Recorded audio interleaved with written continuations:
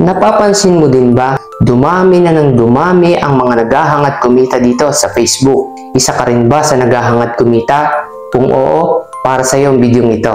Ipapakita ko sa iyo, ka-useful, ang history ko simula nang ako ay kumita. Ginawa ko ang video ito, hindi para i-hype ka katulad ng ibang napapanood mo, kaya nakakaranas ng pagka-excited mo-monetize ang mga nagsisimula. Ipapakita ko ito para may idea ka sa pagdadaanan mo.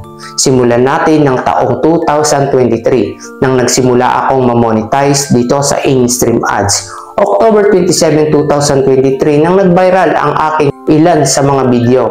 Ang followers ko from 2,000 biglang tumaas ng 7K sa loob ng 1 week. October, kumita ako ka-useful ng $35. October 27, na-monetize, nag-alanganin sa payout, kaya hindi ko na-receive agad ang kinita ko. Hanggang noong November, nagkaroon ako ng $83.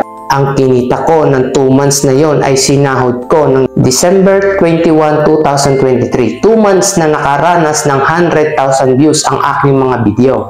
Bago ko kinita ang $119 na yan ka-useful. For the month yan ng October at November 2023. Mahigpit na paggawa ko ng content sa loob ng 2 months. Pagod at puyat. At ng December, medyo bumaba ang performance ko. Dahil na rin sa minsang puyat, pagod, di masyado nakakagawa ng content.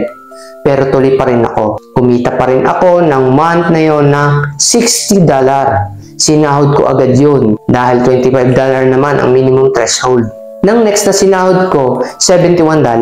Malaking tulong, nakakadagdag din ng pangangailangan. Mapapansin mo sa mga nagiging earnings ko dito monthly, pababa ng pababa ang mga earnings. May tumaas man, hindi katulad ng dati.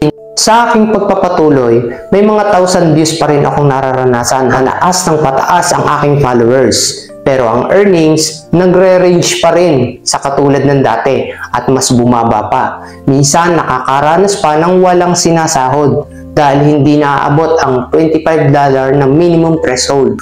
Ngayong 2025, January, mayroon na ako 65,000 followers. Pero sumahod lang ako ng $43. Ikumpara natin sa November 2023 ko na kumita ako ng $83.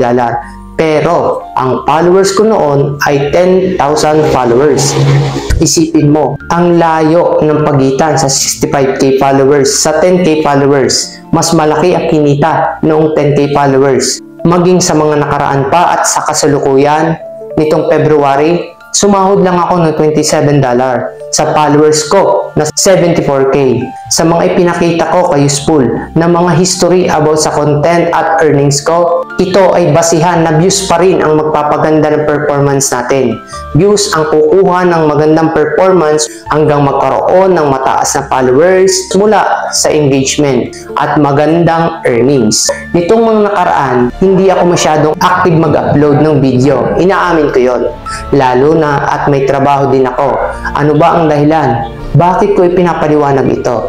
Dahil gusto ko malaman mo ka-useful ang realidad na nararanasan ng isang content creator. Gusto ko mapag-aralan mong mabuti at magka-idea ka na hindi ito isang madalian. Alam ko kahit pabago-bago ang mga nararanasang update ng platform, kapag nagkaroon na ng mataas na bilang ng followers, tumataas din dahan-dahan ang maaaring maging earnings. Pero tandaan mo, kung hindi ka rin active mag-upload at hindi din magiging interesado ang mga manonood, hindi rin magiging malaki ang kikitain. Sa katulad ko na may trabaho, ginagawa ko pa lang ito bilang extra income na masasabi dahil hindi pa sapat ang aking kikitain kung dito ako magpo-focus sa ngayon. Ito ang kasagutan sa mga nagtatanong sa akin na di ba ang taas na ng followers mo, bakit hindi ka na lang mag-focus sa pagbablog? Hindi stable ang kitaan, nakakaranas ng pagbaba at pagtaas, depende sa performance ng account. Sa ngayon, suggest ko ka-useful, kung pangarap mo kumita dito sa content creation, tulungan mo ang content mo na magkaroon ng viewers na susubaybay sa mga video mo. Real talk ito, kakalungkot man pakinggan na kahit gawa ka ng gawa ng maraming content, kung walang agaw atensyon na makikita ang mga manonood, mahihirapan tayo na maitaas ang views. Kailangan magkaroon ng dahilan ang viewers para manatili silang manood. Yun ang paraan para mas ikalat ni Facebook ang ating mga content sa mas malawak na audience.